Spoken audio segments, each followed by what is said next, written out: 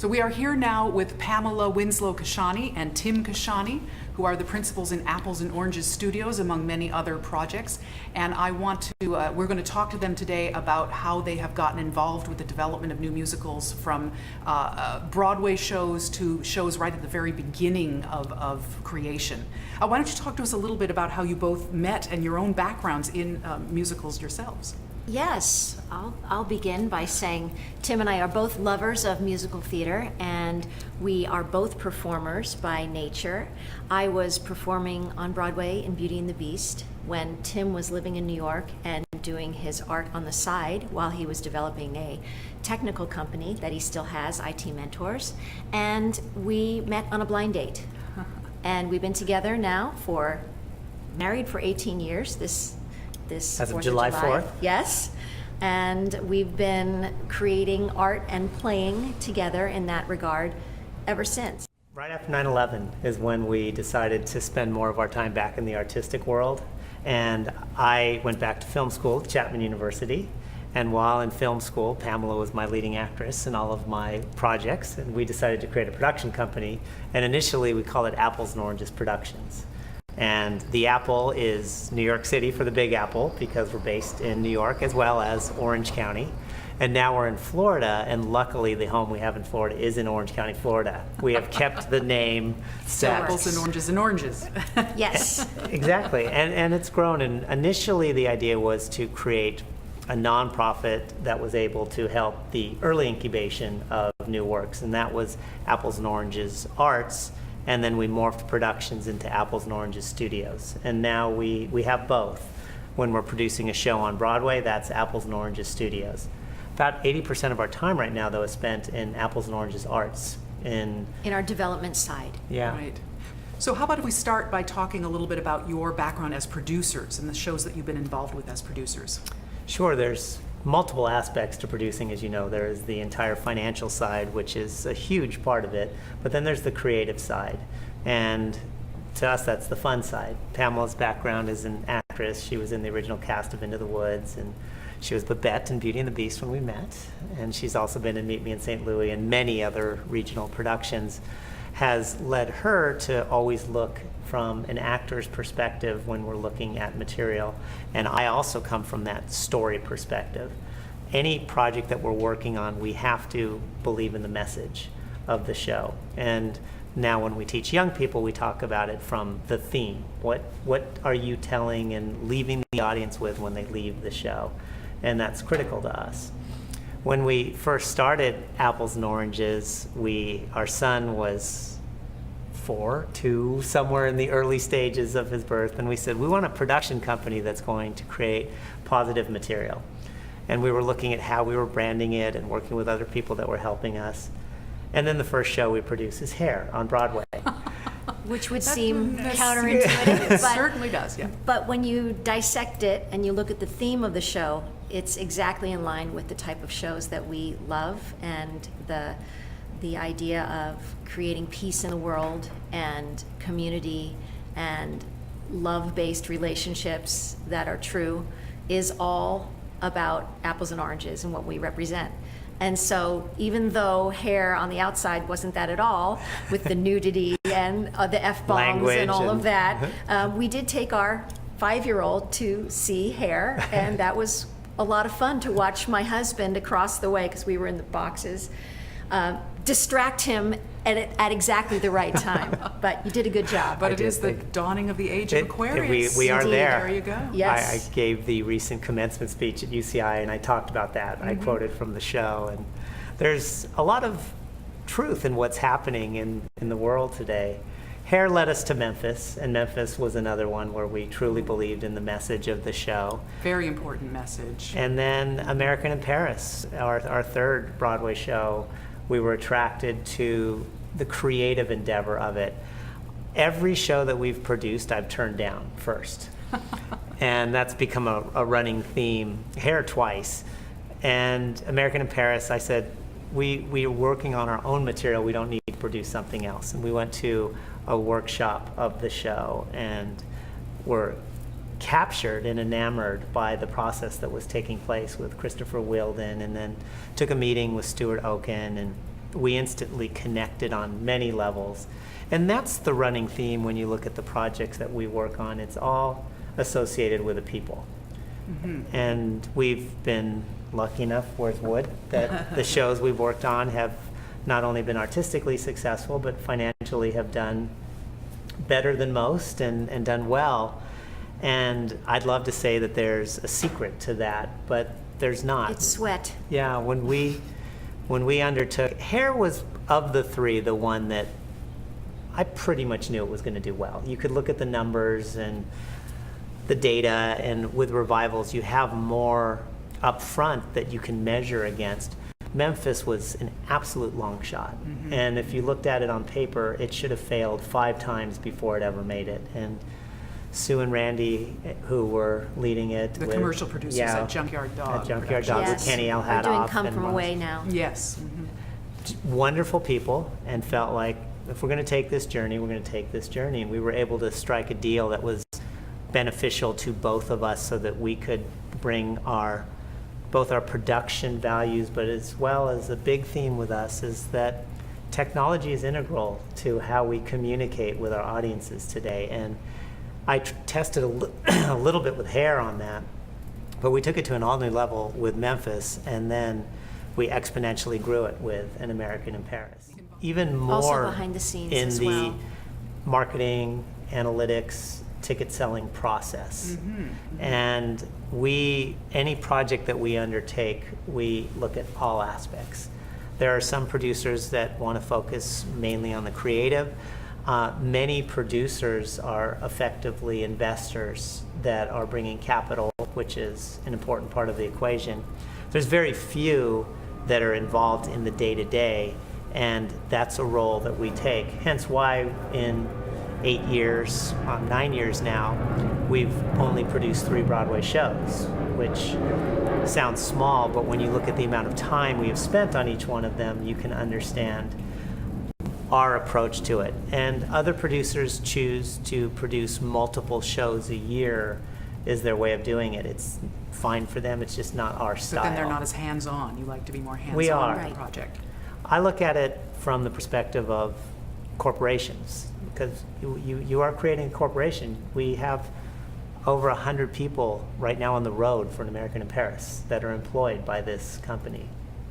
And if you're on the lead producer role, you are effectively the CEO, or you are part of the management team or the board of directors, however you want to look at it. And one option that some people choose when they produce is to outsource all of the other roles. For example, your general manager, and they will give the marketing company all of the aspects of marketing, and then you get into the company manager. And there's a strong ecosystem of those people, and actually very wonderful people. Every general manager I've worked with, I would work again. They're all absolutely fantastic, and I've learned so much from them. The area that we feel we can bring most value to on the financial side of it is looking at how you optimize the spend and the connection with your audience throughout the entire life cycle of the show. We're very good on Broadway of the in-theater experience, and we all know that we can get better at the pre and the post experience. The whole experience, not simply when the show starts and ends, Exactly. but from the minute you walk into the theater, or maybe even before, from the moment you purchase your tickets. That's exactly right. And that's where technology gives us opportunities that we haven't had in the last 100 years, in ways to have authentic conversations with the patron throughout the entire process, which then builds an ecosystem, because ultimately word of mouth is what sells your show. So you're collecting that data from them so that you can use it to understand your show better and the impact it's having Yes. on your Yeah, audience. And how even to- and early on as well. Right.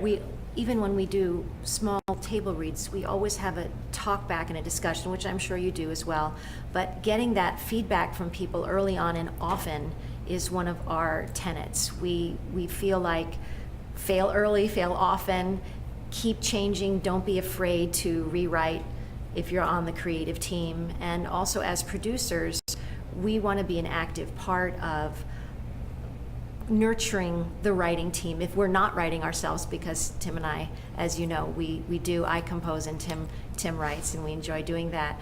But we enjoy coaching our teams to constantly be moving forward. Well, and that's a good segue to one of your most exciting, more recent projects, the Accelerator program. Can you talk to us about that and how you actually nurture shows right from and your approach to them is a more Silicon Valley model than people are used to in developing new musicals. I'd love to hear you chat about that. I'll start and jump in wherever you want to. For the last 8 years, we've been working on this process, even though it's launched in the last year. And it's a lifetime in the making when you look at how Pamela trained as an artist, her experience that she's had, my experience in both the artistic world and the technology world and the startup world and the banking world and all of these different worlds. And the common thread is we're positive people. Without sounding too touchy-feely, there is an element in our industry of wanting to harpoon others and going towards the negative of The feeling that in order for you to succeed, someone else has to fail.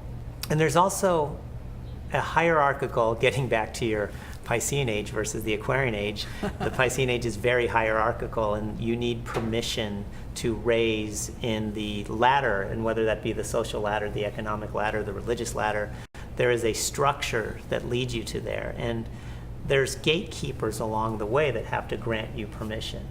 And one of the key tenets and we have labeled it the Theater Accelerator, is the gatekeepers have fallen. If you look at the music industry and you look at the film industry, when I was a young musician here in LA playing guitar at the Whiskey and the Starwood and those, we tried to self-record and self-produce. Played on a local radio station on K-Rock, and it was a lot of fun, but you couldn't launch a career. There was no YouTube. There was no way to find your community. And we've taken those years of experience, and then other projects we've created, Bridge to Broadway, that we developed with the Orange County School of the Arts and UC Irvine and Chapman and Cal State Fullerton. And that's where you involved high school students with Broadway professionals as part of the development process. And education was part of it as well, so the mentoring element of having seasoned professionals dealing with young up-and-coming performers and artists of all types. That was an important aspect to us, as it still is. Mm-hmm. And we succeeded in that to the point where we realized we know enough how to develop them when you get them in person, and we can still learn as everybody can still learn. But there was a critical missing piece, which is the early stage, and how you help artists mentally shift from the I need to I must collaborate. And that's one of the beauties of working in the startup world, is the entire ecosystem is all about collaboration. As Pamela said before, Reid Hoffman coined fail early, fail fast. Or actually, it wasn't Reid who coined that. Reid said from LinkedIn, if you aren't embarrassed by your first release, you release Didn't too try late. hard enough. Yeah, no, you release too late. Release too late. You know, fail early, fail fast comes from a number of different software principles. So the whole, I've been building my life. I've looked at what works in that. And people say, how can you combine that with art? And to me, they're exactly the same thing, which is... It's been kind of seamless in the way that it's, the way that we've implemented it. We've taken each submission, each musical, we have certain requisites where it needs to be almost a full script and almost a full score. And if you have enough critical mass of your show that you know what it is, then the Theater Accelerator, you can apply for it. And we go through and we read and we screen countless numbers of scripts and scores, and we distill it down to a group of about six-ish 6 to 8 teams, depending. 6 to 8 teams per session. And we have a 2-week virtual session where we call in from all over. We had one team, the composer was in Spain. He was tired probably when he was calling us. Time zones are the biggest issue with zones, video yes. conferencing, aren't they? Yes. So we have critical mass in New York and in LA, but people all over come and we collaborate and we work 2 hours. We have guest speakers. We speak. We have assignments for them that they share, and what they want the process to be for them. They'll spend an hour a day, or some of them spend 7 or 8 hours a day after the session getting ready for the next day. So it's very intense, and we've found that people that have gone through it have changed dramatically in how they understand their show, how they talk about their show, how they are going to, what their plan is to get their message out there, if there is one, if it's time for that, and also how to bring the technology aspect into what they're doing so that they are really on the cutting edge of understanding everything they can possibly do to enhance their musical. Whereas some before, they haven't been able to implement it and really in real time have people give them feedback that makes them shift towards the positive. And I just want to say too that I think what's really interesting about your approach with the accelerator, from what I've seen a little bit from the outside, is that most often in development, writers bring in their script and you give them feedback on the story and the characters and the craft of the lyrics and that is of course always important and still a part of it. But you are encouraging the writers to go much deeper and beyond that into thinking about why are they writing the show, what are they trying to say, who is going to want to hear that, how can they make the show appeal to those people that they think are going to want to hear it. A lot of things that we don't usually ask writers to think about. Absolutely. And what's interesting is in doing that, they will then inform the actual script and the music and the story more than they ever imagined. Because that's always in their head. Now whenever they make a revision, they're thinking about all those things they've learned. Yes. About how they're, it's a little crass to say how they're going to market it, because some writers run away from that, but it is that. It's like who are you trying to send this to, and what decision are you making in your revision that's going to make sure that it's clear to those people that you're trying to communicate to. And it's not crass at all, and that's one of the pieces we remove in the accelerator itself.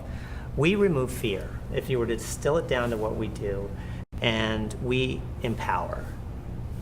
People say, how can you combine the two? When you're building a new software or hardware product, you take some idea that's sitting out there in the ether and you put structure around it, and then you guide it forward. It's the same with a musical. It starts with an idea, and they're all creative. But to your point, by encouraging them to understand at a deeper level the thematic issues, who they're talking to, it helps them realistically analyze their show, which may be a niche show that is not geared right towards Broadway. And continued advances in technology, they can reach audiences and find those people. Our tagline is taking the starving out of artists. We don't want it to be cool anymore to be the artist who is making art just for art's sake. That's wonderful from a developmental side when you're growing yourself. But if you want to have a career just as you teach in your world, you have to understand both. And they come in, as Pamela said, they're nervous because they've never experienced anything like what and they haven't been exposed, and partially because of our whole environment. When you look at the middleware or middle people have created this environment, as other industries have had in the past, where again you need those steps to get there. We're showing them how to remove that. It doesn't negate any of these other jobs, but it means that they now understand and can take certain aspects either into their own hands, or it makes them a better collaborator when they're working with other people. And from the shows that we've worked on, I can tell you the main success factor is the team. And with the startups, the most successful startups that I've worked with, the idea is not the same when it finally gets bought, sold, goes public. It's changed over time, or pivoted, as they like to say in Silicon Valley. And the same is true with any show. It has to grow with time. Like our show has changed Our show. multiple times. We created a show to test. Yes, talk to us about the process, because it's been many years already, as it always is with a Yeah. musical, that you've been working on the show that you've been writing together. The initial idea was we wanted to eat our own dog food, which is a horrible thing to say, especially since we're vegetarians. But we wanted to create something so that we would know what we're asking other people to do, and it was mostly just a test. And then as we put it in front of an audience, they responded. And we then continued the developmental path. And no matter how long you work in this industry, you must still learn, and you must be open to feedback. And that's the whole first week in the virtual part of Theater Accelerator. And to explain in depth, it's a 2-week virtual program that's called Phase 1, where we underwrite the whole process. They don't pay to be involved. We don't take any ownership in Phase 1. We have them sign a very fun contract that says that they're going to help other people and sing it forward at some point in their life. Sing it forward. I love that. And it ends with Sing Tank at the end of the 10 days, where they are now pitching to half Silicon Valley VCs and half Broadway people. And in developing our show, we've looked at the entire process of reading to now you need to stage it. And that's the area that we've honed in on. There are amazing places for early stage development around the world, and we don't need to replicate what they do, the writers' workshops, and I mean, I could name a million of the Goodspeeds, the O'Neills, what they do at Fifth Avenue. A lot of people do wonderful work there. New Musicals Inc. New Musicals Inc., Indeed. of course, it goes without saying.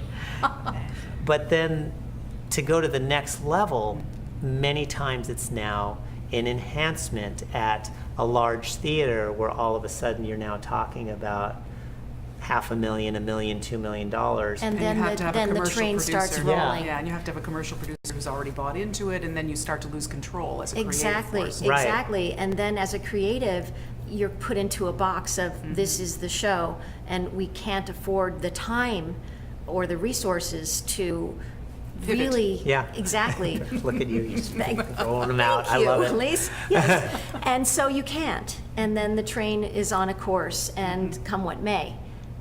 And It's- that, yeah. We want to make that part of the path more financially responsible and have more creative leeway. So is that in essence Phase 2? That is Yes. Phase 2 if they come through us. But even if they don't, if we are not the perfect match, which is something we discuss with every team because we all have to connect on it, we've already helped shows that are not going through Phase 2 do similar things by helping them negotiate the right steps for the show. And it's interesting to watch them go from these artists who were afraid to emailing me about a contractual point saying, I disagree with that, what do you think? And they're actually right on certain parts. And I love that, because if we can get that part of our developmental system healthy, that's where then we're going to start to see all of these new types of content and works coming out that are starting to break the mold. It's a fantastic year on Broadway right now. We've had 13 new musicals. However, 2 of them are the breakouts, which are Come From Away, a NAMPT project, and Dear Evan Hansen, original musicals that if you looked at it on paper, and everybody will tell you why they don't work. Yet they work Yet. because they connect at a deep emotional level.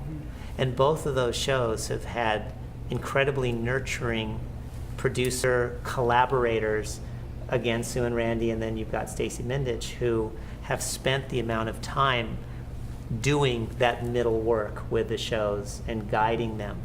Not every show is going to be able to connect with those kind of producers. Therefore, we have to create a system where they can do it themselves in collaboration.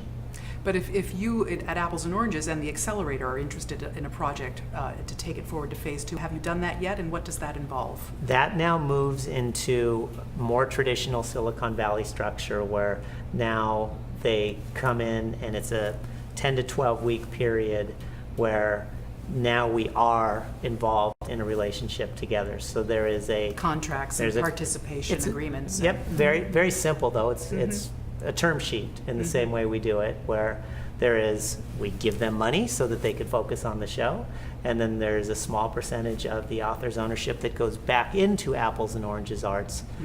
Our goal is to make Apples and Oranges Arts self-sustaining by 2019.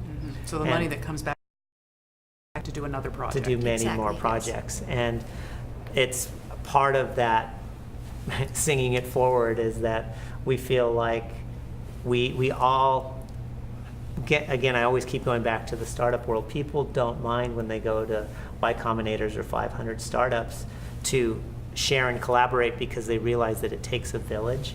And that's something that we think is very important in what we're doing too, is aligning those people on. And if we are involved with them in that phase too, it's not only us. We quickly bring in other people that we respect as mentors and other artists to weigh in and help that show move forward. So yes, we have moved forward and are moving forward one by one with shows and helping them. And is that to a certain degree where your Florida property starts to come into play? Because I Yes. heard about it, you told me about it, and I was just blown away by the idea of what you're doing there. We are lucky enough to have a home with Mickey Mouse inside landlord. Disney property, and also very lucky that the Dr. Phillips Center just opened about 3 years ago. It's a brand spanking new, beautiful facility with the Walt Disney Theater is about 2,500 seats, but it has these other phenomenal facilities, and they've been a great partner for us, and we've been able to put on some developmental productions there. We did Higher Education last The show that September, you're which writing is the together. show that we Yes. wrote, and we have done several other smaller stage readings where we would bring in an audience, and like we were saying before, we get that wonderful feedback. So we don't let people leave the room until they tell us what they thought, or we give them an opportunity to write it online if they feel more comfortable. But getting that feedback, that live audience feedback, and understanding, then what's the next pivot? Is it 90 degrees? Is it 8 degrees? But where are we going next? And that's where, and that is part of, but we also do phase one work there too in Yes. Florida. And the home we built there was specifically designed for creating new works. The bottom floor is a big, almost New York loft feel with a grand piano and guest bedrooms. That way we can bring people out to collaborate, because there is still that in-person part that is needed when you're creating this. All along, we're constantly looking, though, at the new means of distribution. And that's one of the other key points in what we're talking about, is Broadway is one opportunity. And there are many others. Many more, and every More year all the there will time. be more. And we're exploring and investing in the augmented and virtual reality worlds to create emotional connections with the stories. It's early on where you're not going to wear a big hours to watch a show, but just like the first cell phones that were these massive bricks, all of that is going to change.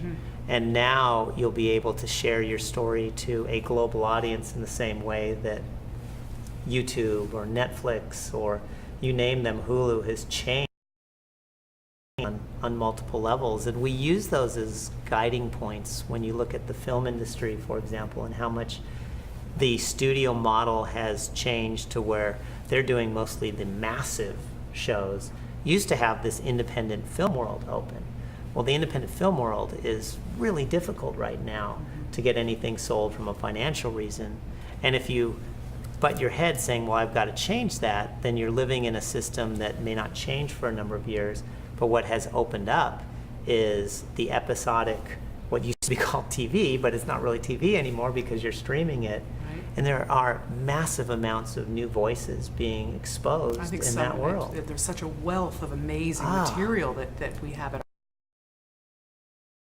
our age. It truly It is. is. For that kind of entertainment, really. And we are looking at the next 10 years to be this explosion in golden age when it comes to musicals, because Fantastic. we're not going to be limited anymore in a designated path that we're all used to. Still a wonderful path, I mean, Broadway's amazing. I wouldn't It's lie to say. still an important part of Yeah. that, but not the only one.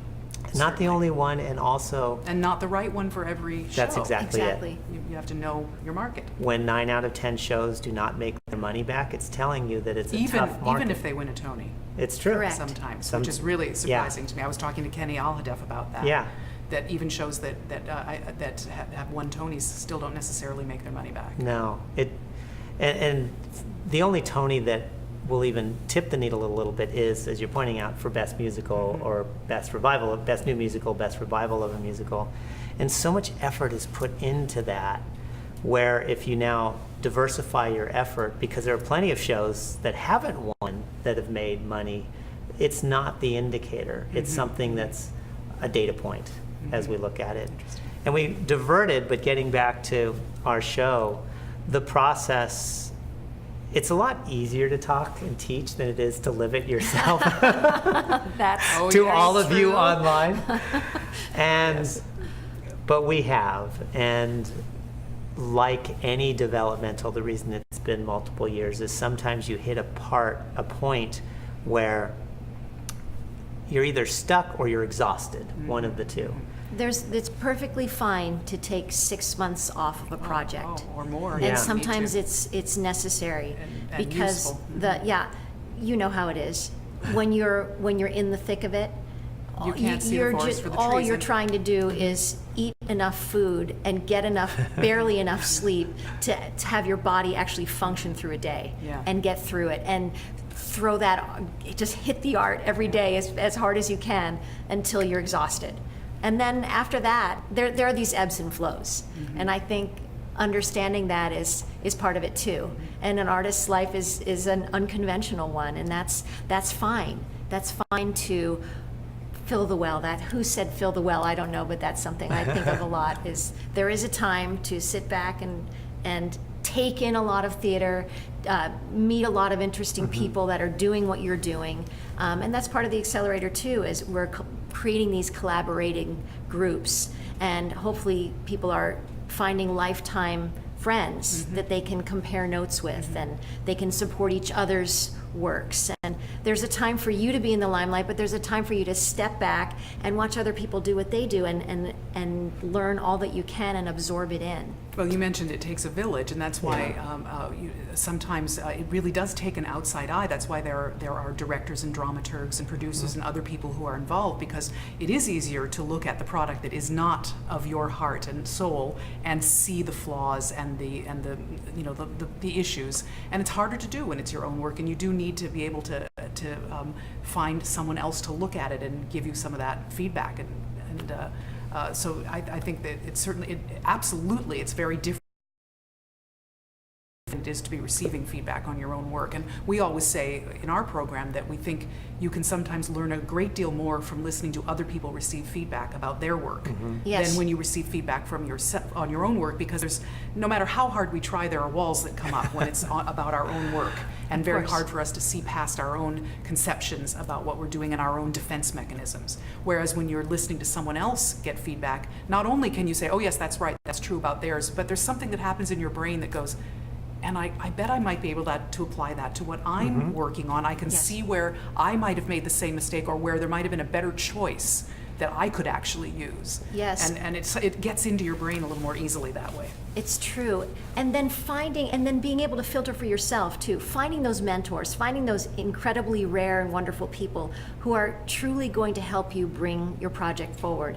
And then cutting out the noise of all maybe the other people that might be saying things, and really having the discerning ability to say which really matters to my piece. And I think that just takes seasoning and time and understanding. That's critical, is being able to know what your theme is. And as cliche as it might sound, where they say tape your theme to your typewriter, going back to the screenplay world, that has to be the driving force. And what we found with our show is, in the table read format, people loved it. We did a 29-hour read, went fantastic.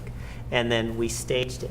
And rather than spending hundreds of thousands of dollars, we ran it through the Orange County School of the Arts, used MFAs from UCI to The do Bridge to Broadway the program. Bridge to Broadway, because Pamela loves to quote one of her teachers, Charlie Willard, and say, "Does it pass the gym floor test?"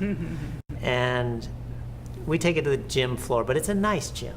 We want to have enough of the storytelling elements to have some form of a projection or maybe minimal costumes. If there's dance involved, pay the money for the dance. You don't need $1 million to do that. You can do that under hundreds of thousands. You can do it for $20,000, which is still sometimes a lot of money, but if you have a developmental path, you can do that multiple times. And what we found is that all of the dark comedic aspects that we all loved when it was in this 29-hour read did not translate when you now stage it with the audience watching it. And the opening of the show put them back in their seats, which that's how I get my qualitative analysis. Because quantitative is, do they buy tickets? Yeah, look at the audience. I sit in the box when I do this on Broadway, and I look down at the audience to see how they're reacting to the show. I didn't have Or if you're on stage, listen for the rustling of the playbill Yeah. and the shifting of the crossing Yes, of the and you can legs. feel it even You can. You when can. you're on stage. You can feel whether the audience is with you or not. And we felt the opening doing that. By the end of the show, they were with the characters. And in fact, some of our friends from New York said, "You have so much. Are you talking to theater owners?" No, we don't. We haven't figured it out yet. And we went back down to the beginning. We rewrote. It kept getting better, but it was still missing something. And then when we ran it recently at Dr. Phillips and another very simple developmental structure on it, about 10 minutes in, we had the audience, and they were very connected. But it still informed us that we've done a huge amount of work, almost forcing it to be what I wanted it to be from my initial design, to say that I can get it there, but it's never going to be one of those shows that runs for 20 years because it touches you on such a deep emotional level. And that's something that we want. And we've gone back to effectively a page one rewrite for the opening of the show, which means that everything's up for discussion. Now, a lot will make it back in because we know that there are scenes that are absolutely working and songs that are fantastic. But you'll examine them in terms of your theme and what you're trying to Yes. accomplish, and no matter how good they are, do they contribute to that? Do they? And Yeah. also the order of events and how it washes over the audience is crucial. And making a musical is the hardest thing ever to do. There are too many departments, there are too many people, and Too many everybody's things got that to. have to come together. Yeah. Yes, it's so incredibly hard. And even if you have the most brilliant people in every department, and everybody's collaborating, and it's all working well, there's things you can't know until you throw it out in front of an audience, and they'll let you know. Yes. You have to listen to them because they know better than you. My mentor, John Sparks, the founding director of our organization, says an audience cannot lie. Yeah. And that's so true, Absolutely. and that's why you need to get it in front of them. I wanted to ask you, we've been asking a question of all of the people that we've been interviewing. I think it has a slightly different ramification for you guys, because in some ways what you've been able to build through the Accelerator and your home in Florida is already what some people would say is the answer to this question. But what we've been asking people is, if you were to, in a fantasy world, wake up tomorrow and have $100 million to spend on the development of new musicals, how would you want to spend it? I know how I would. You go first. I think simply we would put that in our foundation and continue what we're doing. Put a little piece aside for higher education. You're allowed to do that. You're allowed. Get that going. Yes. Put a little money behind that. But hopefully that would kick in the system of everyone paying back and everyone having an opportunity. That anyone that we can help, that we interface with, we want to send them out with more tools, more possibilities, and that money would help so much. Yes. Well, and to wrap it up, I want to ask you a two-part question. What do you think, and you've talked about this a little bit already, about how technology is affecting things. What do you see as the future of musical theater, and what advice would you give to writers who are trying to write the musicals for tomorrow? I'll let you answer that one because you're the tech guy. By writing for tomorrow, write for today. Write what you I know you give this advice. Everybody says you've got to write what you care about. And when we talk in the technology world, we get pitched all the time. This is going to be the next billion-dollar idea. And I'm listening for them to say things like, in 2 years we'll exit and we'll this. I never get involved with that. I get involved with people that feel so passionate about something deeply human that they want to tell that story. And for the young writers, that's infectious. Now, not everybody's going to relate to that story. We had this conversation about one of the shows that went through the accelerator. There are certain thematic elements that will not resonate universally, but it's such a large audience that it will resonate with that you can't design for those that it won't. In the future, that's where, to me, the connection factor is going to amplify at an exponential level. And terms such as augmented and virtual reality are early terms that are going to morph into something that effectively is new realities. And we know that music touches us in a place that we can't intellectually describe. And the ability to now find those people, and that's where the technology comes into play. It's not only the distribution aspect of it, it is the audience growth, or the term we like to say, the growth hacking and creating your community. And that's one of the key principles that through the accelerator, which by the way we open source and we're giving away. So our goal is that other people around the world start doing it too. Using the same model. It helps our ecosystem and more writers, because there's going to be more and more great stuff for us to watch. And why not? And your son. And our son Yes. to put it in there. Therefore, if you divide it up into what is coming right now, if you look at, for example, Patreon, the founder of that gave a TED Talk recently that was talking about how for years, the last 100 years, you have the artist here and you have the audience here, and there's this chain of infrastructure that's been put in place to connect the two. That is shrinking with technology and social media and distribution through YouTube, or there's a wonderful new platform called YouNow that's for the younger generation and ways that they can create and connect with the community. Our son, who's 14, already has his following on YouTube, and he's connecting also in the gaming community. And you look at what's happening with live gaming, and there's so much music and storytelling in that. Our art form is growing and expanding. It's one of the few traditional art forms that year over year is growing and morphing into becoming something, and to me that's because it resonates at an emotional level. And to me the future is brighter than can be for this art form. Well, that's a very positive note on which to end. We thank you for that. Thank you, Tim and Pamela, so much for coming and chatting with us today. We really appreciate it, and we'll be watching to see what comes out of the accelerator and all your other projects and higher education in the future. All right, well, thank you. Thank you. Thank you. We'll send those that want to apply through you, and they can find out about us. Super. Thank All you. right. Thank You're you so welcome. much. Thank you.